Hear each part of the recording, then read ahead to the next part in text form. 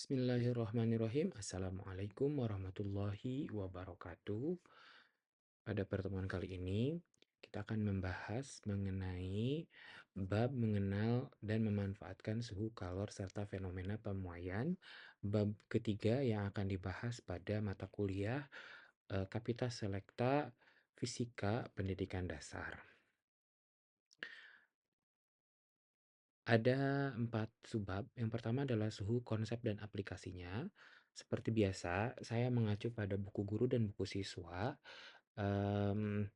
Saya menyampaikan bagaimana cara menyusun atau melaksanakan kegiatan pembelajaran di dalam kelas. Ya, saya tidak, terutama tidak menjelaskan secara detail konsep, karena konsep sudah ada di buku siswa. Teman-teman bisa coba baca sendiri di buku siswa.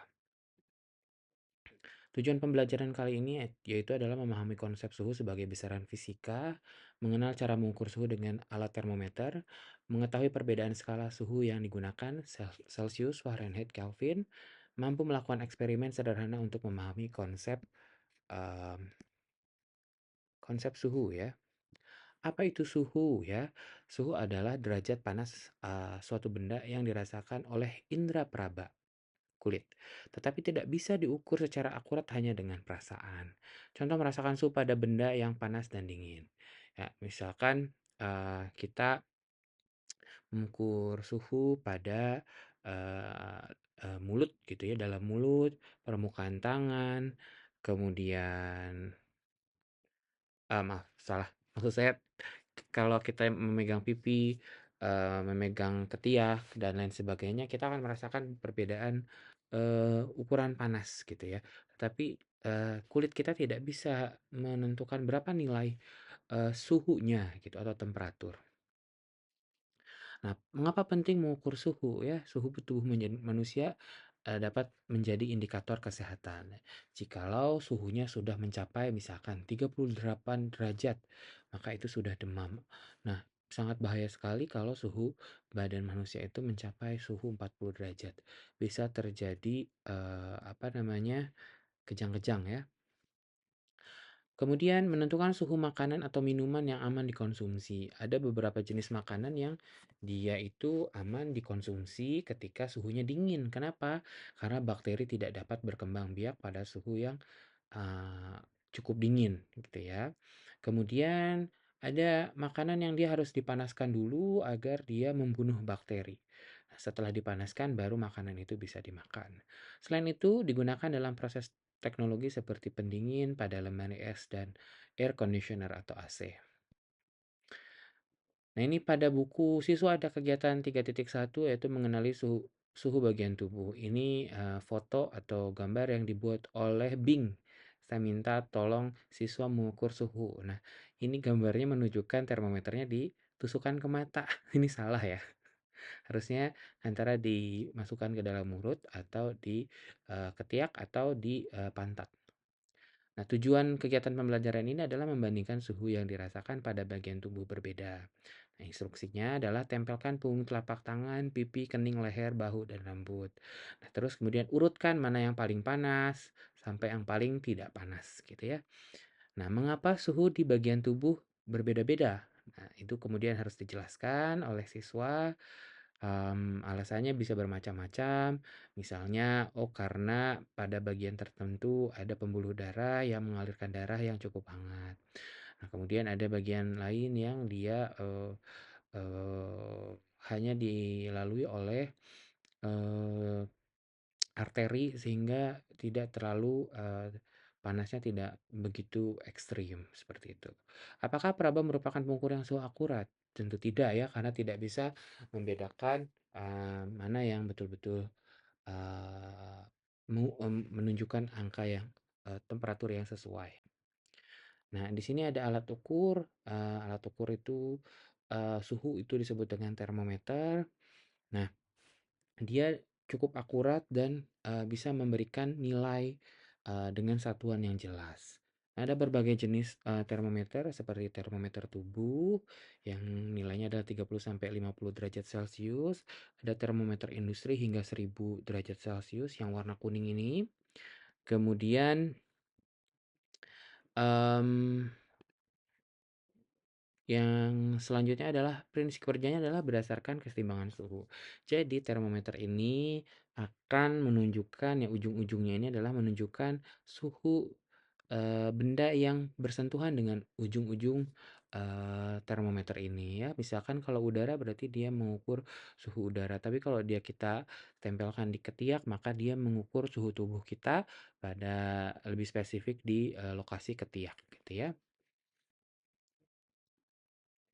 Nah, kemudian ini, aktivitas 3.2 membuat termometer sederhana ya. Nah, tujuannya adalah memahami cara kerja termometer melalui eksperimen. Nah, instruksinya adalah buat termometer sederhana dengan bahan-bahan seperti air berwarna, sedotan, dan, botol minum kecil. Nah, kemudian, eee, ini nanti dimasukkan ya ke dalam, 2 jenis, medium cairan. Yang pertama adalah es, dimasukkan ke dalam wadah yang berisi es. Nah, nanti air pada sedotan itu akan seperti apa? Apakah naik atau turun? Nah, kemudian nanti di satu sisi satunya lagi adalah dimasukkan ke dalam bak yang berisi air panas. Apakah airnya naik? Nah, nanti dari sana mengapa air naik dan turun saat suhu berubah? Nah, itu maka harus dikenalkan dengan konsep pemuaian. Nah, skala suhu. Nah, skala suhu ini di sini ada 3 ya, yang akan dipelajari yaitu adalah suhu skala Celcius, yaitu adalah dari 0 sampai dengan 100. Nanti yang kedua adalah ada suhu, air, pada, Fahrenheit, suhu air membeku pada 32 Fahrenheit dan mendidih pada 212 Fahrenheit. Dan untuk Kelvin, dia, ada nilai 0 mutlak atau minus -273 derajat Celcius atau 0 Kelvin, dan suhu, beku air adalah 207, mmm, suhu beku air itu adalah, eee, 273, Kelvin ya. Nah, 273 Kelvin itu bekunya, terus mendidihnya adalah 373. Nah, jadi, step-nya itu adalah atau, tingkatan apa ya, tangganya itu adalah sama dengan skala Celcius. Nah, skala Celcius itu 0 sampai 100. Nah, skala Kelvin itu juga dia tangganya ada 100 ya. Jadi dari 273 sampai 373. Sedangkan yang berbeda adalah skala Fahrenheit, dia mulai, banyaknya tangga untuk, naik dari membeku sampai dengan mendidih itu ada, 180. Dari mana 180? Itu adalah dari, mulai dari 32 sampai dengan nanti paling tinggi adalah 212. Jadi caranya adalah 212 dikurangi 32 jadi 180 steps atau, anak tangga. Nah, mengapa ada skala suhu berbeda ya? Skala suhu berbeda karena dikembangkan di wilayah yang berbeda ya. Eropa dan Amerika lebih sering menggunakan Fahrenheit dan skala Celcius lebih umum di Indonesia, sedangkan Fahrenheit sering digunakan di Amerika Serikat. Bagaimana dengan Kelvin? Nah, kalau Kelvin itu digunakan oleh para ilmuwan ya, para saintis yang bekerja pada laboratorium.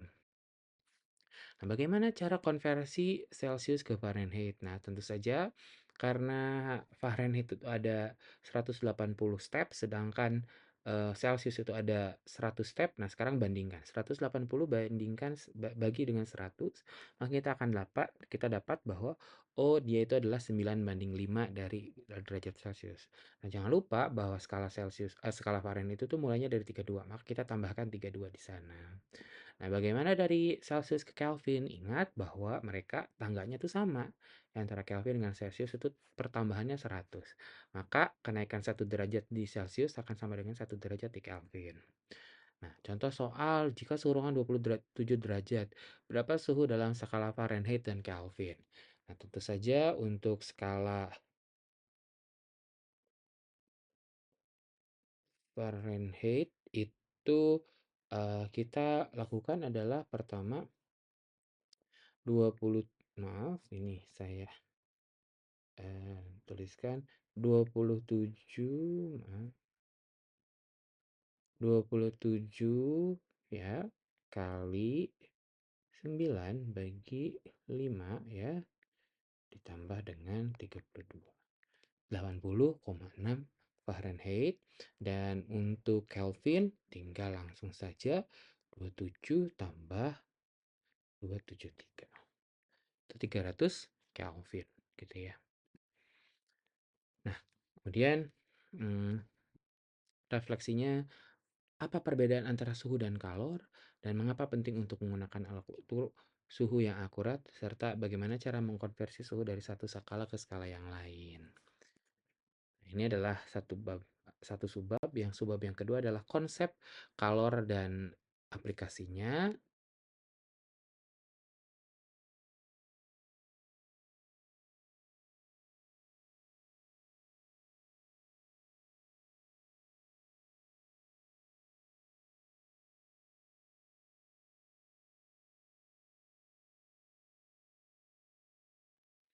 Nah, apa itu kalor? Itu ya, kalor adalah energi yang berpindah dari suatu benda yang bersuhu lebih tinggi ke benda yang bersuhu lebih rendah.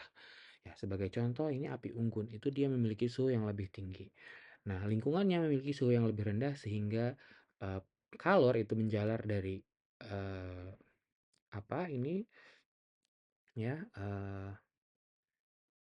api unggun ke sekitarnya. Nah, itu cara yang pertama. Selain itu dia ada aliran udara ke atas yang panas. Ini ada cara yang kedua, dan kalau kita nanti sentuh apinya langsung itu ada cara yang ketiga. Itu adalah cara untuk menyebarkan kalor. Nah, hubungan suhu dengan kalor. Kalor adalah energi yang berpindah. Jadi, kalor itu energi yang berpindah dari api unggun ke setiap orang ini. Nah, sedangkan suhu itu adalah ukuran tingkat panas. Nah, ketika tangan kita menjadi lebih hangat, itu dia suhunya naik gitu ya. Contoh adalah berdiri dekat api unggun, tubuh menerima kalor dari api. Nah, aktivitas kalor dan sinar matahari. Ya. Tujuan aktivitasnya adalah siswa mengamati perpindahan kalor dari sinar matahari yang memanaskan kulit. Ya, instruksinya adalah dekatkan tangan ke jendela yang terkena sinar matahari pada siang hari. Nah, kemudian mengapa sinar matahari menyebabkan kulit terasa panas? Apa yang berpindah dari sinar matahari ke kulit? Nah, itu adalah kalor. Nah, kalor berbeda dengan suhu ya. Kalau kalor itu energi yang berpindah dari benda panas ke benda dingin. Kalau suhu adalah ukuran derajat panas suatu benda. Nah, satuan kalor itu joule atau kalori, dan satuan suhu itu adalah Celsius, Fahrenheit, dan Kelvin.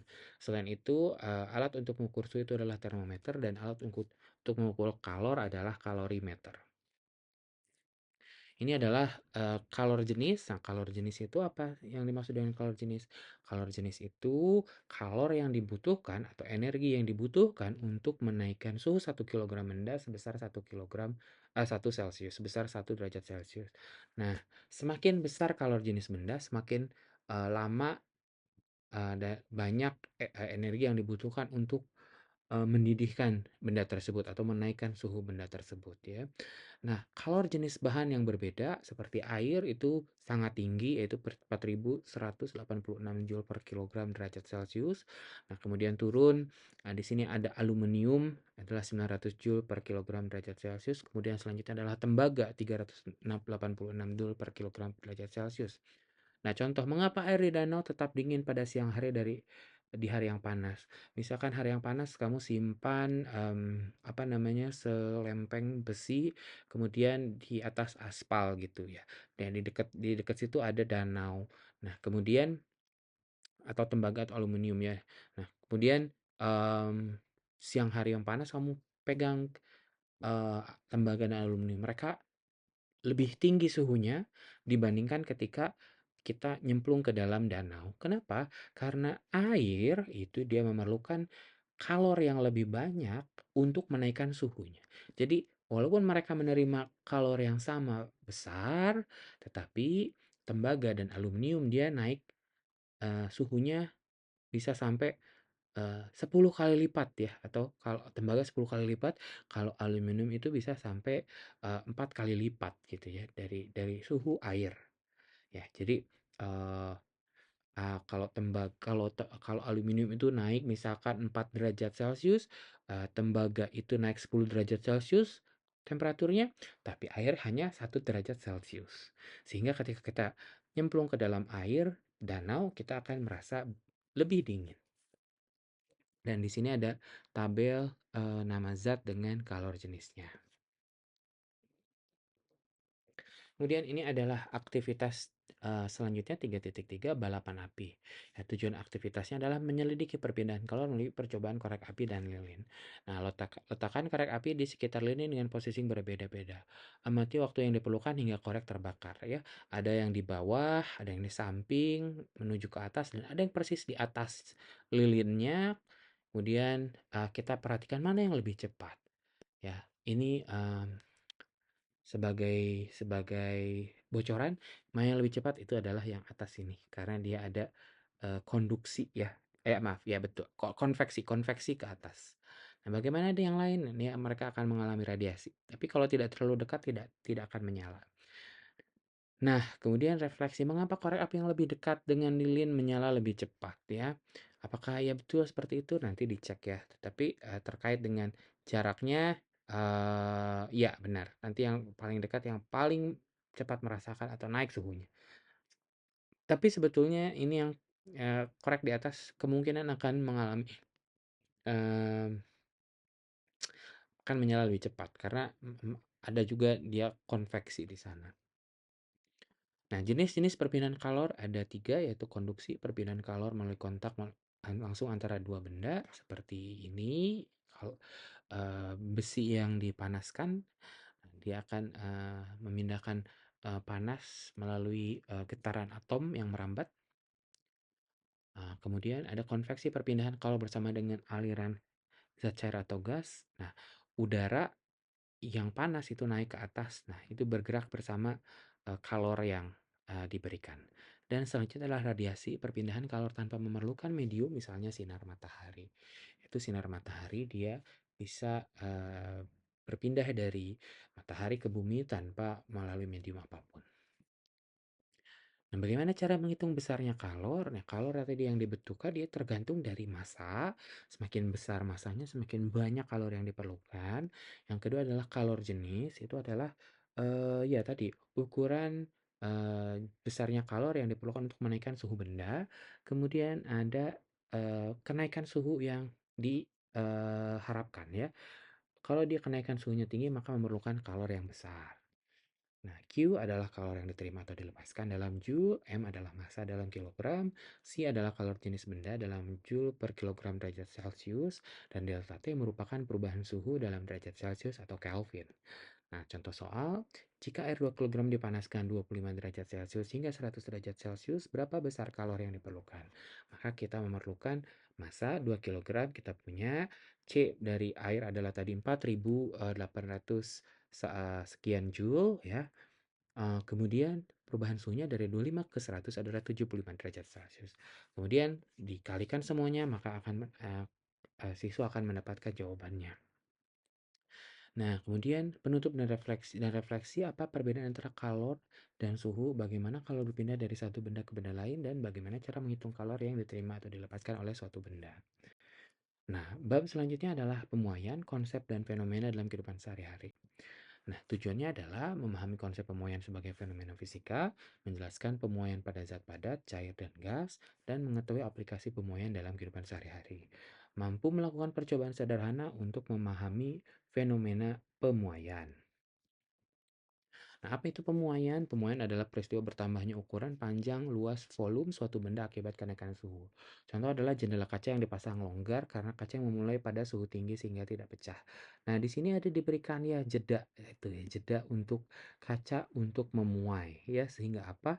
Sehingga dia pada saat cuaca panas, maka si kaca tadi memuai dan diberikan ruang untuk memuai. Contoh lain, gelas pecah saat dituangi air panas tiba-tiba. Nah, mungkin ini pernah sekali atau dua kali waktu menuangkan air panas langsung ke gelas. Nah, kenapa dia bisa pecah? Karena permukaan dalam kaca gelas tadi dia memuai lebih cepat daripada bagian luarnya, sehingga apa? Sehingga dia tentu saja memuai lebih cepat dan menyebabkan keretakan. Nah, aktivitas mengamati pemuaian di sekitar. Tujuannya adalah mengamati fenomena pemuaian di rumah atau di sekolah. Instruksinya adalah lihat jendela kaca atau rel kereta api di sekitar rumahmu jika ada. Mengapa ada celah atau jarak antara bagian-bagiannya?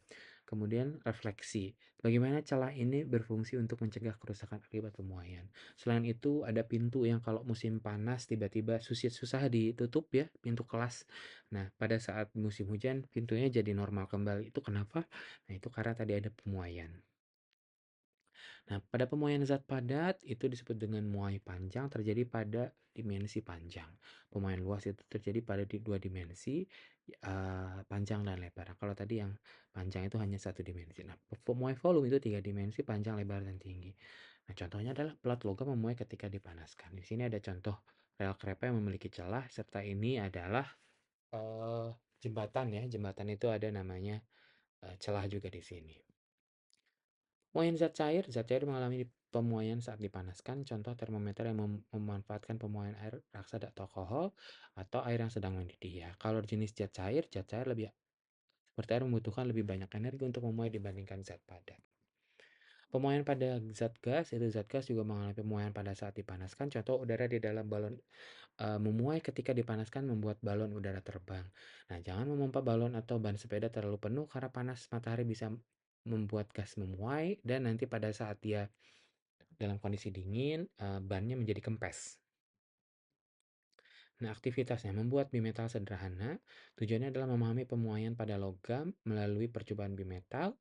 Kemudian instruksinya adalah tempelkan dua jenis logam, sepertinya ada lempeng seng dengan misalkan lempeng seng dengan aluminium, dipanaskan dan diamati pembengkokannya. Nah, kemudian direfleksikan logam dengan koefisien muai panjang yang lebih besar akan memuai lebih cepat menyebabkan pembengkokan bimetal. Nah, koefisien muai panjang dari dan luas ini diberikan ya. Koefisien muai panjang itu adalah ukuran seberapa besar perubahan panjang suatu benda per derajat kenaikan suhu ya.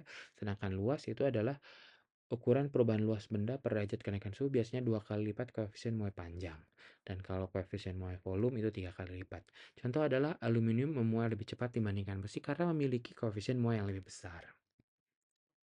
Nah, pemanfaatan pemuaian dalam kehidupan itu adalah jembatan dan rel kereta api dibuat dengan celah untuk mengantisipasi pemuaian logam pada suhu tinggi. Kemudian termometer itu menggunakan pemuaian zat cair untuk mengukur suhu dan bimetal atau pada kering listrik digunakan untuk memutus arus listrik jika suhu terlalu tinggi. Nah, menghitung pemuaian panjang itu rumusnya adalah perubahan panjang delta L itu adalah sama dengan L0 atau panjang mula-mula dikalikan alfa koefisien muai panjang dikalikan delta T. Dan pertambahan panjang itu dalam meter dan panjang awal L0 itu juga dalam meter. Alfa koefisien muai panjang itu adalah dalam per derajat Celcius atau derajat Celcius pangkat -1. Kemudian delta T perubahan suhu dalam derajat Celcius. Contoh soal yang bisa diberikan kepada siswa adalah sebuah batang aluminium memiliki panjang 2 meter dan pada suhu 30 derajat Celcius. Nah, berapa panjangnya setelah dipanaskan hingga 80 derajat Celcius? Maka kita punya panjang awal L0 2 meter, suhu awalnya 30 dan suhu akhirnya adalah 80, maka delta T-nya adalah 50 derajat, 80 kurangi 30. Nah, alfanya dicari di tabel, dan dihitung. Nah, proyek membuat lampion terbang. Tujuan memanfaatkan pemuaian gas untuk membuat lampion terbang. Instruksinya buat lampion sederhana dari kertas atau plastik. Gunakan lilin kecil sebagai sumber panas. Dan refleksi bagaimana pemuaian gas di dalam lampion menyebabkan lampion bisa terangkat dan terapung. Gitu ya. Penutup dan refleksi apa perbedaan pemuaian pada zat padat, cair, dan gas, dan mengapa rel kereta api dan jembatan diberi celah saat dipasang, dan bagaimana kita memanfaatkan pemuaian dalam kehidupan sehari-hari. Selanjutnya yang terakhir adalah pemanfaatan energi kalor dalam kehidupan sehari-hari. Ada beberapa tujuan pembelajaran. Yang pertama adalah menjelaskan cara energi kalor dimanfaatkan dalam kehidupan sehari-hari, mengetahui berbagai teknologi yang menggunakan energi kalor, dan memahami peran kalor dalam memasak, pemanas, dan pembangkit listrik. Menyadari pentingnya efisiensi dalam pemanfaatan energi kalor. Energi kalor itu adalah energi yang digunakan untuk memanaskan, menggerakkan, atau menghasilkan perubahan. Kalau dalam kehidupan itu digunakan untuk memasak, menghangatkan ruangan, dan menghasilkan listrik. Nah, pemanfaatan kalor dalam memasak itu proses memasak. Kalor digunakan untuk memanaskan makanan agar lebih mudah dicerna dan aman ya karena membunuh bakteri. Perpindahan kalor dalam memasak itu dengan 3 cara yaitu konduksi panas berpindah dari kompor ke panci ya dan makanan seperti ini. Kemudian yang kedua adalah konveksi panas dalam minyak dan air mendidih memanaskan makanan. Nah, ini air itu kemudian ikut bergerak bersama panasnya dan memanaskan si makanan. Yang ketiga adalah radiasi panas dari api atau oven langsung memanaskan makanan. Ya, ada bagian radiasi yang misalkan dengan oven atau dengan panas api itu sendiri ya. Nah, aktivitas siswa mengamati perpindahan kalor dan memasak. Tujuan mengamati perpindahan kalor saat memasak. Instruksi amati proses memasak, misalnya menggoreng atau merebus air. Identifikasi perpindahan kalor melalui konduksi, konveksi, atau radiasi. Refleksi. Mengapa makanan dimasak lebih cepat dalam minyak panas dibandingkan hanya di atas panci gitu ya. Di atas panci tidak bersentuhan. Ya.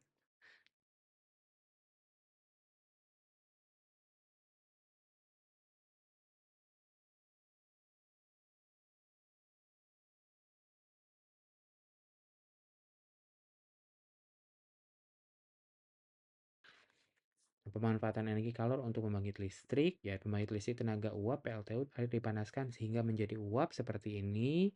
Nah, mana itu airnya? Air di sini, air dipanaskan kemudian hingga menjadi uap dan uapnya ini memutar turbin, ya. Sehingga turbin itu menghasilkan listrik. Nah, kalau sebagai sumber energi, energi yang bahan bakar fosil gunakan untuk memanaskan air di PLTU dan ini adalah batu bara. Batu bara ini kemudian diangkut menggunakan konveyor batu bara dan naik di bunker batu bara dan simpan di bawah, pulverizer dihancurkan dan dibakar oleh pembakaran batu bara dan ini digunakan untuk memanaskan air yang nanti akan menjadi uap dan memutar turbin. Nah, pentingnya kalor di PLTU itu membantu menghasilkan listrik dalam jumlah besar gitu ya, karena banyak rumah yang memerlukan listrik sehingga energi dari batu bara itu yang mudah dibakar dan memanaskan listrik itu digunakan untuk memutar turbin. Nah, efisiensi penggunaan energi kalor itu mengapa efisiensi penting? Karena menghemat energi kalor membantu mengurangi pemborosan energi dan menjaga lingkungan. Kemudian penggunaan alat modern, peralatan rumah tangga modern dan untuk mengurangi kehilangan energi dan menghemat energi menggunakan teknologi hemat energi dan mengurangi pemakaian alat pemanas yang berlebihan. Nah, pemanfaatan energi kalor dalam industri logam, kalor digunakan untuk melebur logam sehingga dapat dibentuk menjadi produk logam ya. Ini adalah logamnya dipanaskan dan kemudian akhirnya menjadi produk logam. Nah, industri kaca, pasir dipanaskan hingga mencair dan dibentuk menjadi kaca. Itu dia kaca dan pemanfaatan kalor kemungkinan pembuatan berbagai jenis produk penting yang dalam kehidupan sehari-hari. Nah, ini adalah terakhir, apa saja energi kalor dimanfaatkan dalam kehidupan sehari-hari dan bagaimana kalor digunakan dalam proses memasak, memanaskan ruangan, dan membangkit tenaga listrik. Nah, kemudian bagaimana cara kita menghemat penggunaan energi kalor. Nah, itu saja pada pertemuan kali ini. Nah, teman-teman, sekali lagi ini adalah, idea ya, ide untuk menyampaikan pembelajaran. Tapi nanti pada saatnya teman-teman melaksanakan pembelajaran, nah dibuat, ini tuh menjadi lebih, lama ya cara menyampaikannya, dibuat lebih interaktif, gitu ya. Nah, mungkin itu saja. Terima kasih. Wallahul muwaffiq ila aqwamit thoriq. Wassalamualaikum warahmatullahi wabarakatuh.